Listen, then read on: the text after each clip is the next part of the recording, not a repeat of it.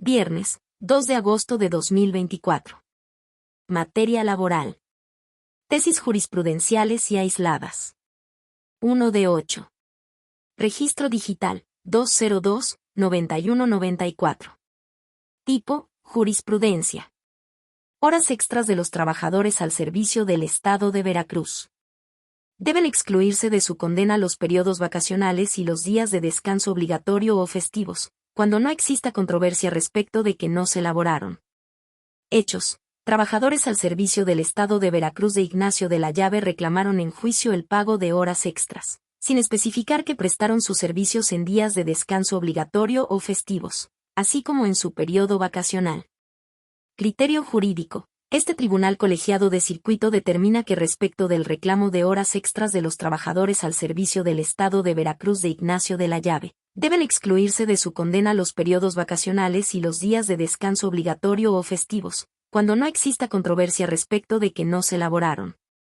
Justificación. Cuando un trabajador al servicio del Estado de Veracruz reclama en juicio el pago de horas extras, pero no especifica que prestó sus servicios en días de descanso obligatorio o festivos, así como en su periodo vacacional, debe entenderse que los descansó por mandato expreso, tanto del artículo 52 de la Ley número 364 Estatal del Servicio Civil de Veracruz, como del calendario oficial de días de descanso obligatorio del Poder Ejecutivo de esa entidad. Por ende, la condena que los considera dentro del plazo correlativo es ilegal, sin que sea obstáculo a lo anterior que el patrón, al contestar la demanda, no se hubiese excepcionado sobre el particular, en tanto que los días de descanso obligatorio o festivos derivan de la propia legislación burocrática, y los periodos vacacionales del referido calendario oficial, que no son objeto de prueba, por lo que no se necesita demostrar su existencia, pues basta que la ley en sí esté publicada en la Gaceta Oficial del Estado de Veracruz, y el referido calendario en las páginas oficiales de dicha entidad, para que la autoridad esté obligada a tomarlas en cuenta, como hechos notorios, en virtud de su naturaleza y obligatoriedad. En ese tenor, los días de descanso obligatorio o festivos, así como el periodo vacacional que quedan comprendidos en el plazo de condena por concepto de tiempo extraordinario, no deben considerarse en su pago. Segundo Tribunal Colegiado en Materia de Trabajo del Séptimo Circuito. 2 de 8. Registro digital, 202-9201. Tipo, jurisprudencia. Modificación de la suspensión en amparo directo. Debe tramitarse en forma incidental y no decretarse de plano. Hechos. Un trabajador solicitó la ampliación del monto determinado para garantizar su subsistencia dentro de la suspensión derivada de un amparo directo promovido por la empleadora contra la sentencia dictada en el juicio de origen. Lo anterior, por haber transcurrido más de 6 meses sin que el amparo se hubiese resuelto. La autoridad laboral, de plano, declaró procedente la modificación de la suspensión y amplió el monto de la subsistencia. Criterio jurídico. Este tribunal colegiado de circuito determina que la modificación de la suspensión dictada en el juicio de amparo directo para ampliar el monto de la garantía para la subsistencia del trabajador, debe tramitarse en forma incidental y no decretarse de plano.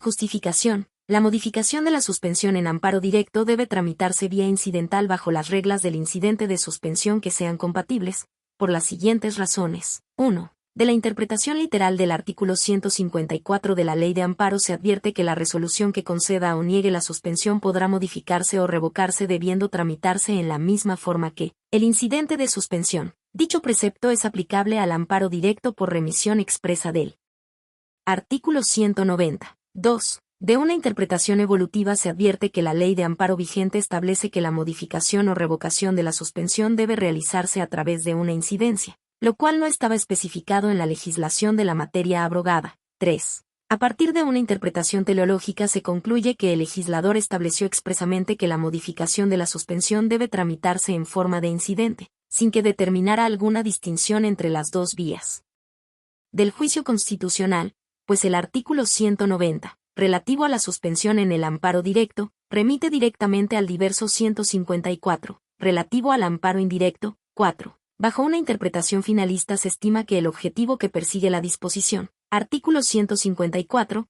es permitir a las partes presentar pruebas y alegatos, lo cual salvaguarda el principio de igualdad procesal y los derechos de defensa y de audiencia, en particular, de la contraparte de quien solicita la modificación de la suspensión, y que la autoridad resuelva con el mayor grado posible de objetividad y mejores elementos decisorios, posturas procesales, pruebas, alegatos, etc., lo que abona a los principios de certeza jurídica y de justicia completa.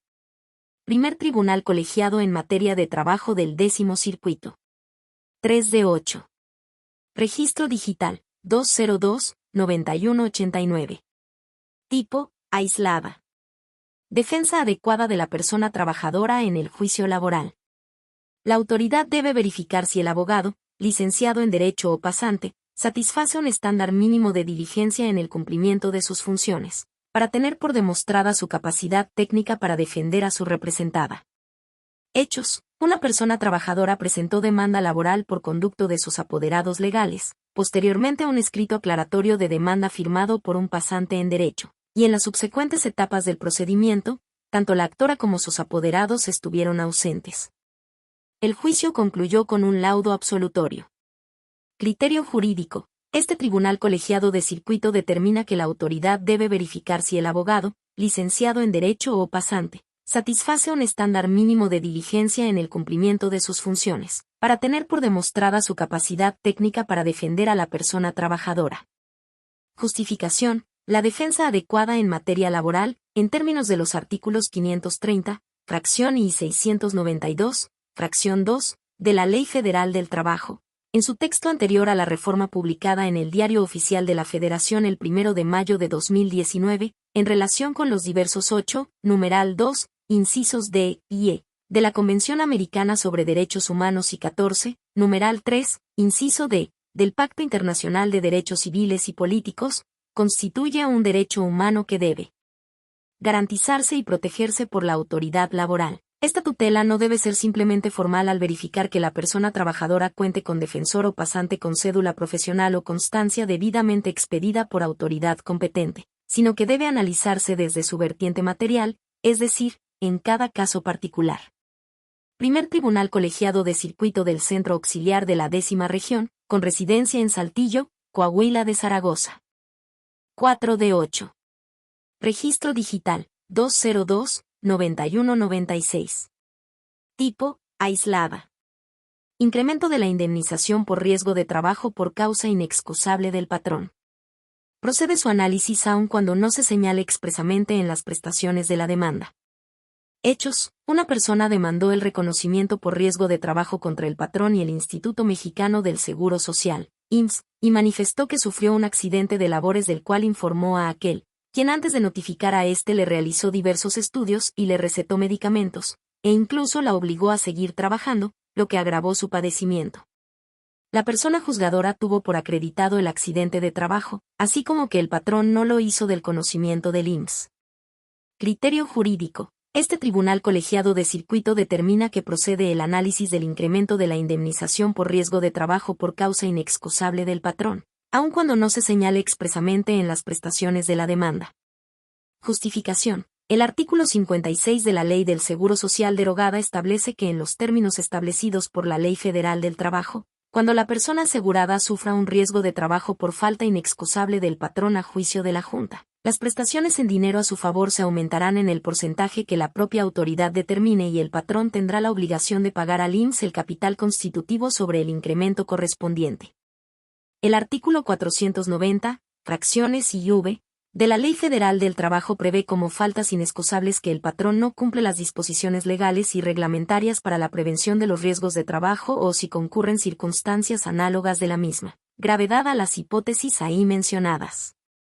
Si de los hechos de la demanda se advierte que la persona actora hizo del conocimiento del tribunal que sufrió un riesgo de trabajo por falta inexcusable del patrón, el cual le fue informado oportunamente pero, este trató de ocultarlo, omitió avisar al IMSS y trató de evitar que la propia trabajadora lo hiciera, imponiéndole seguir trabajando y en su contestación se limita a negar lisa y llanamente esas circunstancias, sin demostrar sus excepciones y defensas, aun cuando aquella no haya señalado expresamente como prestación el incremento de la indemnización por riesgo de trabajo, procede su análisis, pues dicha hipótesis se encuadra en los aludidos preceptos, aun cuando no pueda establecerse que el accidente de trabajo hubiera sido culpa de la patronal.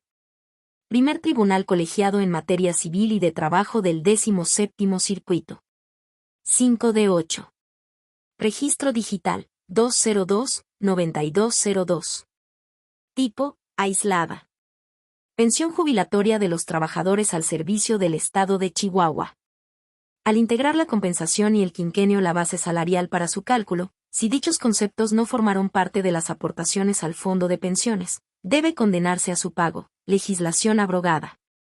Hechos. En un juicio laboral burocrático, la actora solicitó la adecuación de su pensión por jubilación a fin de que se integraran los conceptos de compensación y quinquenio. La Junta Arbitral para los Trabajadores al Servicio del Estado de Chihuahua determinó que, de conformidad con el artículo 14 de la Ley de Pensiones Civiles del Estado abrogada, dichos conceptos integran salario para los efectos de las aportaciones de seguridad social, por lo que condenó a la demandada y a aquella a pagar las aportaciones de seguridad social omitidas. Criterio jurídico. Este tribunal colegiado de circuito determina que, al integrar la compensación y el quinquenio la base salarial para el cálculo de la pensión jubilatoria de los trabajadores al servicio del Estado de Chihuahua, si dichos conceptos no formaron parte de las aportaciones al fondo de pensiones, debe condenarse a su pago. Justificación. El artículo 14 de la Ley de Pensiones Civiles del Estado de Chihuahua abrogada establece la forma de aportación al fondo de pensiones, que es del 5% sobre el total de las percepciones, aún las de carácter extraordinario. Los artículos 11, 53 y 54 del mismo ordenamiento prevén como prestación el pago de la jubilación, que cualquier trabajador que hubiera omitido aportar íntegramente al fondo, para tener derecho a jubilarse deberá pagar el importe que haya dejado de cubrir, y que para efectos de la jubilación o pensión se computarán todos los años que el trabajador haya prestado servicios. De lo anterior se advierte que, conforme a dicho sistema normativo, tanto los patrones como los trabajadores deben aportar para la seguridad social, lo cual garantiza el equilibrio financiero del aludido fondo. Primer Tribunal Colegiado en Materia Civil y de Trabajo del 17º Circuito. 6 de 8. Registro Digital, 202-9203. Tipo, aislada. Pensión por edad avanzada y vejez de los trabajadores al servicio del municipio de Cajeme, Sonora. Procede para los sujetos al régimen de jubilaciones y pensiones, en activo al momento de cumplir 60 años de edad y que tengan como mínimo 10 años de servicios. Hechos. Una persona dejó de prestar sus servicios para el Ayuntamiento de Cajeme, Sonora, antes de cumplir 60 años de edad y al cumplirlo solicitó la pensión por edad avanzada y vejez, prevista en el artículo 18 del régimen de jubilaciones y pensiones de los trabajadores al servicio de dicho municipio y, ante su negativa, promovió amparo indirecto, en el que la persona juzgadora le negó la protección constitucional al estimar que no era un trabajador en activo. Criterio jurídico. Este tribunal colegiado de circuito determina que procede la pensión por edad avanzada y vejez para los trabajadores del referido ayuntamiento sujetos al régimen de jubilaciones y pensiones, en activo al momento de cumplir 60 años de edad y que tengan como mínimo 10 años de servicios.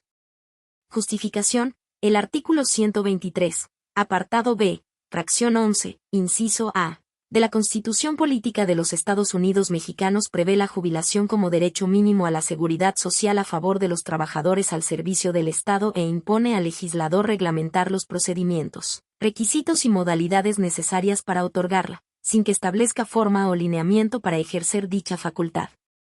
Del artículo 18 del régimen de jubilaciones y pensiones de los trabajadores al servicio del municipio de Cajeme se advierte que para obtener la pensión por edad avanzada y vejez se requiere 1. Ser trabajador sujeto a dicho régimen, 2. Tener 60 años de edad, y 3. Haber cotizado un mínimo de 10 años.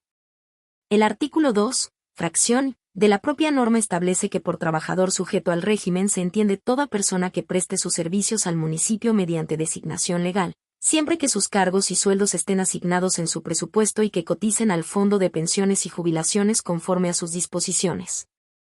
Por tanto, la persona trabajadora debe estar en activo y cotizando al régimen al cumplir 60 años de edad, pues desde una perspectiva lógica, un extrabajador no podría actualizar la hipótesis de separación voluntaria de un trabajo que ya no estaba realizando.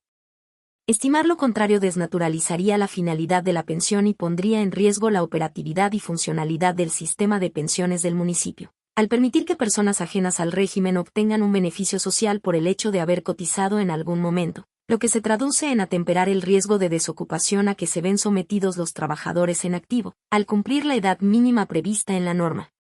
Cuarto Tribunal Colegiado en Materias Penal y Administrativa del Quinto Circuito. 7 de 8. Registro digital, 202-9204. Tipo, aislada. Personas trabajadoras del hogar. Los conceptos de alimentos y habitación pueden integrarse al salario indemnizatorio, solo cuando por el tiempo y las condiciones en que se prestaba el servicio se justifiquen. Ley Federal del Trabajo en su texto anterior a la reforma publicada en el Diario Oficial de la Federación el 2 de julio de 2019.